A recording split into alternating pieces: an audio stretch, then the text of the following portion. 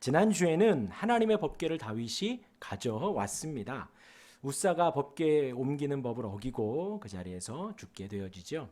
또 다윗은 오베데돔에 잠시 두게 됩니다. 그리고 그것이 축복이 되고 기쁨이 되어서 다윗은 얼마 후에 다시 오벳에돔에서 법궤를 가지고 오게 됩니다. 그리고 법궤가 들어올 때 다윗은 춤을 추지요. 기뻐합니다. 그 자체만으로 기뻐하고 즐거운 거예요. 하나님의 법궤가 온다는 이유로 기뻐하고 즐거워했던 것이지요. 우리가 예배함도 마찬가지입니다. 하나님을 찬양하고 기도하고 말씀을 듣는 것, 그 자체가 기쁘고 감사한 것이에요. 다윗이 그렇게 기뻐하고 하나님 앞에 춤을 추고 나서 백성들을 축복하고 떡 한 덩이와 고기 한 덩이를 줘서 축복하고서 보냅니다. 그리고 가정으로 돌아와서 가정에서도 또한 축복을 합니다. 우리의 신앙이 그러하다 하였지요. 우리의 신앙은, 우리의 믿음 생활은 단지 이곳에만 갇혀 있는 것이 아니라 우리가 살아가는 일터에서, 가정에서 우리의 모든 신앙 생활은 이어진다라고 말씀을 드렸습니다. 그리고 다윗이 하나님께 감사하며 기도하지요. 여호와의 이름을 부르고 찬양하며 기도합니다. 하나님의 위대하심을 찬양하고 자신의 비천함을 내려놓습니다. 부족함을 고백하며 하나님의 은혜에 감사의 고백을 했었습니다. 오늘 말씀 이전에 사건들이 좀 있습니다. 먼저는 다윗이 어디로 가든지 여호와께서 승리하게 하셨다라는 고백을 해요. 이후에도 오베데돔에서 법궤를 가지고 온 이후에도 전쟁이 있을 때에 하나님은 다윗에게 승리를 주셨다라고 합니다. 그리고 다윗이 사랑하는 친구 요나단, 그 요나단의 자손을 회복시켜 줍니다. 왕자로서의 지위를 회복시켜 주는 것이죠. 다윗은 지금 이 모습이 전혀 가식적이지 않습니다. 자기를 그렇게 쫓아다녔던 사울의 죽음도 진심으로 슬퍼했고 그 사울의 자손의 죽음 또한도 진심으로 슬퍼했습니다. 그러하기에 요나단의 자손, 다리를 저는 아들일지라도 그를 데려다가 왕자의 지위를 회복시켜 준 것입니다. 진심으로 그러했다라는 것이죠. 이렇게 다윗은 사랑으로 충만하고 또 성령으로 충만하여서 하나님이 함께 하셔서 전쟁에서 승승장구했는데, 오늘 말씀은 다윗의 실수를 말하고 있습니다. 전쟁 중에 옥상에서 밧세바를 보고 음욕을 품게 됩니다. 성경은 계속해서 우리아의 아내라는 말을 하고 있지요. 그를 범합니다. 그리고 임신을 합니다. 다윗은 그 우리아에게 책임을 떠넘기기 위해서 술을 먹이고 전장에 있는 우리아를 불러다가 잔치를 차려주고 술을 먹입니다. 그리고 들어가라, 너희 집으로 들어가 쉬어라. 하지만 우리아는 2번이나 집으로 들어가지 않습니다. 생각처럼 되지 않지요. 그러자 다윗은 우리아를 전쟁에 보내고 선봉에 서게 하여서 결국 죽게 합니다. 다윗은 아무 일 없었던 것처럼 우리아의 아내를 데려다가 자기의 아내를 삼습니다.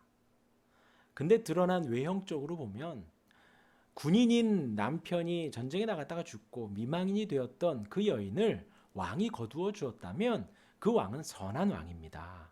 그러나 그런 상황이 아닌 것이지요. 중요한 것은 다윗이 지금 어마어마한 잘못을 했음에도 불구하고 본인이 못 깨닫고 있는 거예요. 방금 말씀드린 대로 홀로 된 미망인을 거두었다라는 어떤 선한 왕의 이미지만 백성들에게, 사람들에게 드러났을 것입니다. 하지만 하나님은 중심을 보시지요. 중요한 것은 첫째가 다윗조차도 자기가 지금 이런 어마어마한 잘못을 하고 있음에도 불구하고 깨닫지 못했다는 것. 우리에게 있어서도 참 중요합니다. 우리가 신앙생활 하는데도, 세상을 살아가는데도, 이 세상을 사는데도, 또 신앙생활을 하는데도, 일을 하는데도, 가정에서도, 아내로 남편으로 살아가는데도, 회사에서도 세상 사람들 만나면서 살아갈 때에 우리가 지금 잘하고 있는지 잘못하고 있는지는 사실 돌아보지 않으면 잘 모릅니다. 잘 못 볼 때가 많습니다. 자아도취에 빠지고 자신감, 자만감이 많으면 그런 실수를 범하게 되죠. 자기가 말 실수를 했음에도 말 실수한지 모르게 되고요. 자기가 남에게 해를 입히고 아프게 했음에도 불구하고 그것을 모를 수도 있습니다. 잊을 수 있어요. 나는 지금 잘하고 있어. 착해. 잘 나가고 있어. 라는 어떤 그런 마음으로 충만해지면 자신의 부족함이 연약함이 보이지 않는 것입니다. 성경은 한 사람에게 한 배우자를 말하지요. 그래서 아담에게 하와를 주셨습니다. 그리고 창세기 6장에서 하나님의 아들들이 사람의 딸들을 자기 보기에 눈에 좋은 대로 취하였다고 했습니다. 그리고 그 상황 속에서 하나님은 그러한 세상을 보고 심판해야겠다라는 마음을 먹고 한탄했다라는 단어를 쓰셨지요. 타락과 죄악 속에서 시작은 음란과 간음으로 시작이 되어지는 것입니다. 지금 다윗이 왕이어서 여러 아내를 삼은 것, 그때 당시에 사회적으로는 문제가 없는 것이고 방금 말씀드린 대로 미망인을 취했다면 더욱이나 그렇게 지탄받는 일은 아니었습니다. 하지만 이때 상황에서 일부 다처의 상황들이 많았고 다윗도 어떤 그런 흐름 속에서 우리아의 아내를 범하고 그런 흐름 속에서 죽은 자기 군인의 아내를 취한 것, 아내로 삼은 것, 그렇게 무뎌져서 그럴 수도 있습니다. 그렇게 우리는 늘 돌아봐야 되죠. 그러할 때 누가 필요한가? 나단과 같은 조언자가 필요합니다. 다윗에게 나단은 참 필요한 조력자이지요. 오늘의 말씀, 다윗이 지금 오늘 말씀에는 다윗이 금식하며 기도했다 그랬습니다. 그리고 종들이 와서 일으키려고 해도 일어나지 않았다 그래요. 식음을 전폐하고 하나님 앞에 기도하는 모습이 나오는데 그 바로 전에는 나단이 다윗에게 너가 바로 죄인이다 라는 것을 알려준 모습이 나오죠. 그리고 그 이전에는 어떤 상황이 나오냐? 다윗이 나는 이 백향목 궁에 있는데 하나님의 법궤는 장막 안에 있다. 이 어찌할꼬 할 때 나단이 너는 지금 잘하고 있다. 그리고 너의 소원을 하나님께 아뢰라. 하나님이 들어줄 것이다. 라고 나단은 다윗을 지지하고 응원해주고 축복해주는 일도 했다라는 거예요.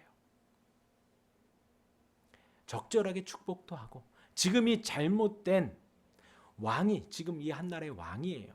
그리고 지금은 군인과 이 정치가 대통령이 분리되어 있죠. 군인이 군 통수권자가 대통령이긴 하지만 분리되어 있죠. 지금은 다윗이 군인이면서 정치가 이고 왕이면서 장군인 것입니다.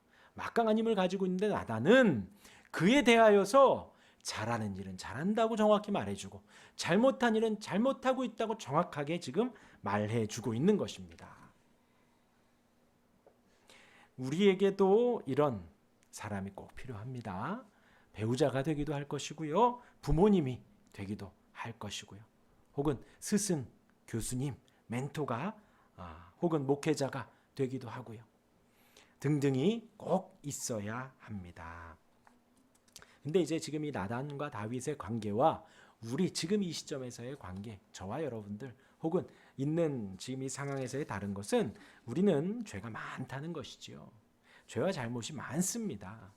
그래서 우리가 사실 이렇게 대화를 하다 보면은 대화의 사이클이 계속 돌아요. 예를 들어서 대화하다가 비판적인 얘기가 나오면 그 대화는 계속해서 비판적인 대화만 합니다. 그 대화가 약간 긍정적인 얘기가 나오면 긍정적인 얘기만 하고요.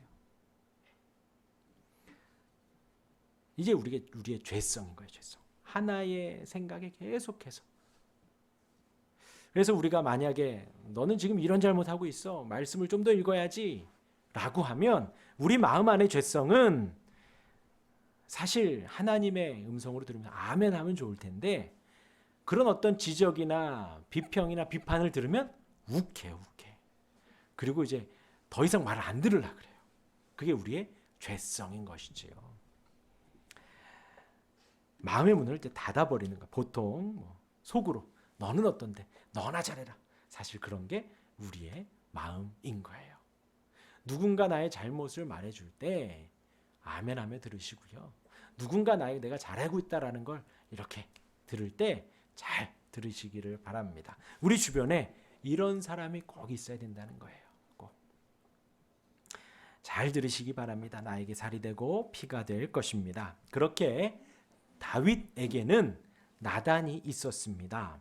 나단의 조언이 있었지요. 다윗은 바로 회개를 합니다. 나단이 하나님으로부터 음성을 듣고 다윗에게 갑니다. 이제 이야기를 하죠. 부자에게 손님이 왔다. 근데 부자가 가난한 사람의 양새끼를 잡아서 그 손님을 대접했다라는 거예요.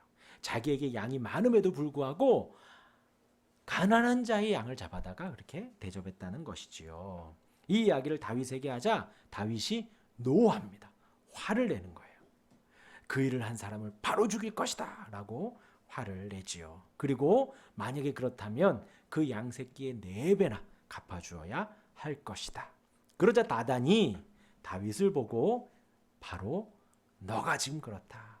그러면서 하나님의 음성을 주십니다. 12장 7절의 말씀에 나단이 다윗에게 이르되 당신이 그 사람이라 이스라엘의 하나님 여호와께서 이와 같이 이르시기를 내가 너를 이스라엘의 왕으로 기름 붓기 위하여 너를 사울의 손에서 구원하고 내 주인의 집을 내게 주고 내 주인의 아들들을 내 품에 두고 이스라엘과 유다 족속을 내게 맡겼느니라.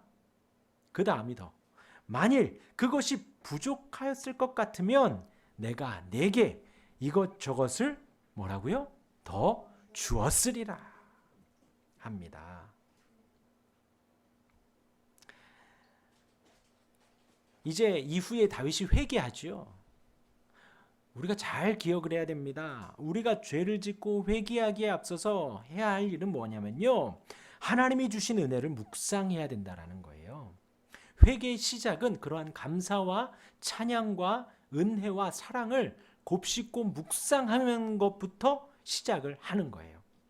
하나님이 베푸신 은혜, 우리에게 허락하신 은혜를 고백하며 하나님이 어떠한 분이신가를 묵상하는 것부터 우리의 회개와 돌이킴은 시작을 하는 거예요. 하나님께서 다윗의 죄를 지적하는데 그러한 감사한 일, 하나님이 베푸신 은혜를 말하고선 그 다음에 뭐라고 하느냐? 그 죄악의 근원을 말합니다. 근원. 9절과 10절에 보면요. 그러한데 어찌하여 내가 여호와의 말씀을 업신여기고 나 보기에 악을 행하였느냐? 내가 칼로 햇사람 우리아를 치되 암몬 자손의 칼로 죽이고 그의 아내를 빼앗아 내 아내로 삼았도다. 10절에 또 한 번 더 말씀하십니다. 이제 내가 나를 업신여기고 햇사람 우리아의 아내를 빼앗아 내 아내로 삼았은즉 가리 내 집에서 영원토록 떠나지 아니하리라. 두 가지 집중할 거 하나 보여. 내가 나를 업신 여겼다. 그리고 또 하나 아까 말씀드린 대로 밧세바를 데리고 왔다가 아니에요. 우리아의 아내를 빼앗았다. 우리가 죄를 지었다고 내가 죄인이다라는 것을 고백하는 것의 시작은 감사와 찬양이라 그랬습니다. 그리고서 우리가 묵상해야 될 것은 하나님을 업신 여겼다는 것입니다. 이 업신 여기다라는 것은 하나님을 가볍게 생각했다라는 거예요. 멸시했다라는 것입니다. 과소평가했다라는 거예요. 하나님은 다윗의 범죄의 근본 원인, 다윗이 죄를 범한 그 마음의 중심에 무엇이 태동한 것이냐? 하나님의 말씀을 멸시한 데 있는 것. 하나님의 크심을 작게 여긴 것. 하나님의 영광과 능력을 과소평가한 것에 있다라는 거예요.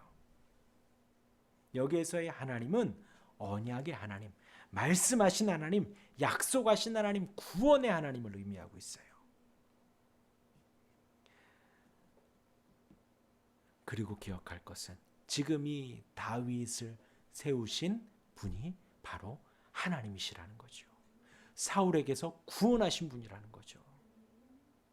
그 많은 시간을 사울에게 쫓기면서, 그렇죠?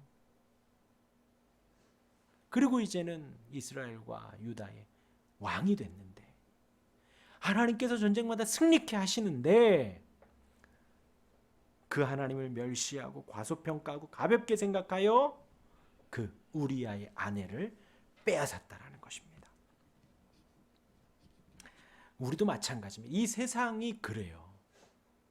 범죄가 일어나고 죄가, 지금 우리 뉴스에서 입에 담기도 험한 일들이 막 일어나지요. 그것의 중심엔 무엇이 있는가? 하나님의 말씀을 멸시하는 거예요. 이 세상이 하나님의 통치가 아니라 내 주먹이, 내 힘이, 내 물질이, 내 역량이 다스리고 있다라는, 하나님을 업신여기고 하나님이 없다고 하고 살아가는 그들에게서 죄가 나오고 있는 것입니다. 이런 나단의 말씀 앞에 다윗이 바로 회개합니다. 13절 상반절에 다윗이 나단에게 이르되 내가 여호와께 죄를 범하였노라 라고 합니다. 그리고 오늘 말씀이 시작하는 것이지요. 우리 15절부터 17절까지 한번 읽어보겠습니다. 시작. 우리아의 아내가 다윗에게 낳은 아이를 여호와께서 치심에 심히 앓는지라. 다윗이 그 아이를 위하여 하나님께 간구하되 다윗이 금식하고 안에 들어가서 밤새도록 땅에 엎드렸으니 그 집에 늙은 자들이 그 곁에 서서 다윗을 땅에서 일으키려 하되 왕이 듣지 아니하고 그들과 더불어 먹지도 아니하더라. 하나님은 다윗에게 말씀하시고 밧세바가 낳은 아들이 아프기 시작합니다. 이에 다윗은 그 아이를 위하여 하나님께 간구합니다. 기도합니다. 이 부분에 있어서 우리 매일 성경에서는 이렇게 표현을 합니다. 자기가 할 수 없는 일 앞에서 하나님 앞에 엎드릴 때 신앙이 회복되고 영성이 밝아집니다. 나단의 예고대로 다윗과 밧세바 사이에 태어난 아기가 심하게 앓으며 죽어가자 다윗은 아이를 살리기 위해 사력을 다해 기도했습니다. 우리의 기도 제목은요, 우리의 일상과 연관되어져 있습니다. 아이가 아프면 낫기를 기도해야지요. 누군가 아프면 낫게 해주기를 기도하는 것, 지금 다윗도 죽어가는 아이를 위하여서 사력을 다하여 기도하고 있습니다. 왜냐하면 그 아픔을 주신 분도 하나님이시고 낫게 해주실 분도 하나님이시기 때문에 그러하다라는 것이죠. 그렇게 기도합니다. 근데 지금 여기에서 중요한 것은 무엇이냐? 다윗이 그렇게 기도하는 것에 있어서 우리가 배울 것은 천하를 호령하던 최고 권력자, 아까 말씀드렸죠. 지금은 삼권이 분리되어져 있지만 이때에는 왕이 다 쥐고 있잖아요. 모든 권한과 힘을 다 가진 그 왕, 천하를 호령하던 최고 권력자가 지금은 아니라는 거예요. 아니고 무기력한 아비의 모습으로 하나님의 긍휼만 바랐습니다. 연약한 인간으로 하나님 앞에 서면서 이전에 간음을 저지르고 살인을 교사할 때 잃어버린 영성을 되찾기 시작했습니다. 어두워진 영혼을 밝히고 둔해진 신앙 감각을 일깨웁니다. 다윗이 지금 나단으로부터 그러한 지적을 받고서 알았던 거예요. 단순히 간음을 범한 것뿐만이 아니라 그렇게 되어진 연휴의 모든 시간을 돌아보니 말씀을 업신여기고 하나님을 과소평가하고 하나님을 작게 여겼던 자신의 모습이 보이고, 더불어서 그 나단의 말대로 밧세바의 아이가 시름시름 앓으니 하나님 앞에 전력을 다해 기도하는 것입니다. 그런데 우리의 기도는요, 기도를 한다라는 것은요, 사실 이게 부탁을 하는 거거든요. 누군가에게 전화해서 부탁하고 하는 거, 그렇죠? 뭔가 이렇게 부탁을 하려면 사실 내가 자존심을 꺾고 들어가야 돼요. 연락을 한다는 것 자체가. 그래서 이만저만하니 좀 도와주십시오 라고 연락을 하는 것이 사실 나를 내려놓는 거예요. 지금 다윗이 하나님께 그렇게 연락을 하고 있는 거죠. 자기가 모든 권한을, 권세를 다 가졌는데 그게 아니라는 거예요. 살아계신 하나님, 말씀하신 하나님, 온 세상의 왕이신 그분 앞에 처절하게 모든 것을 내려놓고 나는 무기력합니다. 나는 아무것도 할 수 없습니다. 하나님 이 아이를 고쳐주십시오. 하나님 회복하여 주십시오. 더불어서 본인의 그 어두워진 영혼을 밝히고 둔해진 신앙 감각을 일깨우고 있다라는 거예요. 우리의 기도의 목표와 목적은 거기에 맞춰져야 됩니다. 하나님과의 관계의 회복에 있어지는 것입니다. 단순히 이 아이의 회복만을 위하여 지금 다윗이 기도하고 있는 것이 아닌 거예요. 하나님의 전능하심과 나의 무기력함, 하나님의 크심과 나의 자금, 하나님의 거룩함과 나의 죄악, 그 모든 것들을 생각하여 하나님 앞에 나의 모습이 회복되기를, 나의 영성과 나의 신앙이 회복되기를 지금 기도하고 있다는 거예요. 이때 기록한 시편이 시편 51편입니다. 10절과 12절에 제가 읽어드리면요. 하나님이여 내 속에 정한 마음을 창조하시고 내 안에 정직한 영을 새롭게 하소서. 이걸 잃어버렸다라는 거예요. 내 안에 이것이 없다라는 것입니다. 아이를 위한 기도를 하며 금식하며 하나님 앞에 집중하여 무엇을 구하는가? 내 안에 정한 마음, 깨끗한 마음, 내 안에 정직한 영을 새롭게 해달라고. 나를 주 앞에서 쫓아내지 마시고 주의 성령을 내게 거두지 마소서. 가장 두려운 게 이것이라는 거예요. 하나님 앞에 쫓겨날까 봐. 그러고 보니 내가 범죄하고 범하고 그를 전장에 내보낼 때 보니 하나님이 멀리 있고 하나님이 나를 떠난 것 같은 그런 마음이었다라는 것이죠. 그러니 주여 나를 새롭게 하시고 주 앞에서 쫓겨나지 마시고 주의 성령을 내게서 거두지 마옵소서. 주의 구원의 즐거움을 내게 회복시켜 주시고 자원하는 심령을 주사 나를 붙드소서. 시편 51편의 10절과 12절의 말씀입니다. 아이를 위하여 전심으로 기도하며 다윗이 구한 것, 금식하며 기도하며 구한 것이 바로 이것이다 라는 거예요. 죄를 짓고 나단의 지적을 받고 기도하는 다윗의 기도입니다. 우리의 기도도 이와 같아야 하겠습니다. 내 마음에 정한 마음 주시고 정직한 영을 허락해 달라고. 지금 내 앞에서 하나님 앞에 쫓겨난 것 같은 이것이 너무나도 두려우니 나를 쫓겨내지 마시고 주여 성령을 거두지 마옵소서. 간음으로 이성으로 즐거움을 가졌던 이 세상으로 즐거웠던 내가 이제 하나님 구원의 즐거움을 회복시켜 주옵소서 기도하는 거예요. 금식하고 기도하고 철회하며 기도할 때에 우리의 기도의 중심에는 이것이 있어야 한다라는 거예요. 이것이 기도의 제목이 되길 바랍니다. 금식하며 기도했지만 하나님 말씀대로 하나님은 그 아이를 데려가십니다. 이에 다윗은 금식을 멈추고 일상으로 돌아갑니다. 그러면서 고백하기를 22절입니다. 우리 같이 읽겠습니다. 이르시되 아이가 살았을 때에 내가 금식하고 운 것은 혹시 여호와께서 나를 불쌍히 여기사 아이를 살려주실는지 누가 알까 생각함이거니와 지금은 죽었으니 내가 어찌 금식하랴. 내가 다시 돌아오게 할 수 있느냐. 나는 그에게로 가려니와 그는 내게로 돌아오지 아니하리라 하니라. 네, 기도를 하고 나서 다윗의 모습은 어떠한가? 하나님의 주권을 인정했다라는 거예요. 다시 이제 회복이 된 거죠. 아까 나단이 지적한 것은 너가 하나님을 멸시한다였거든요.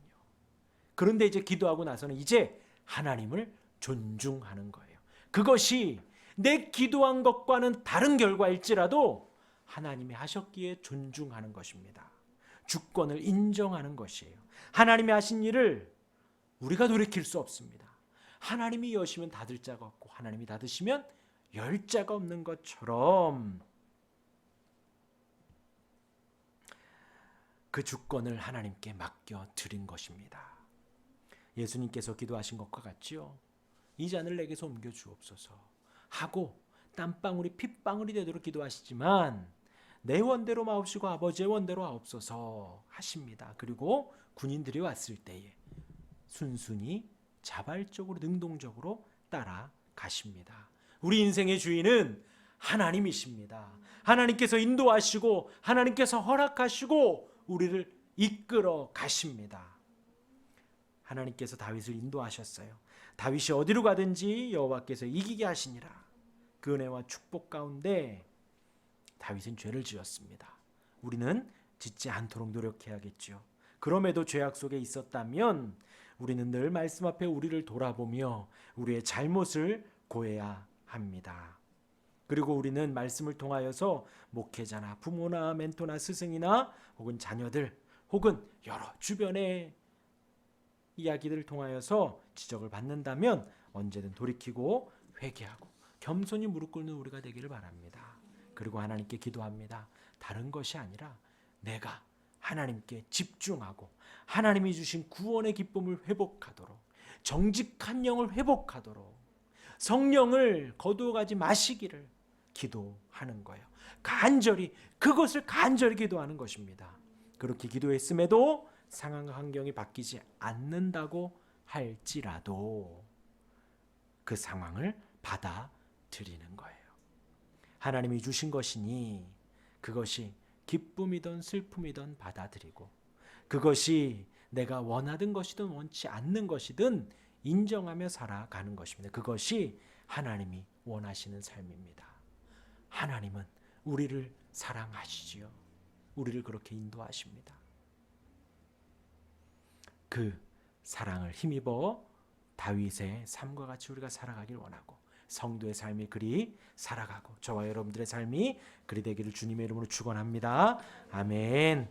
우리를 사랑하사 찬양하고 기도하는 시간 갖겠습니다.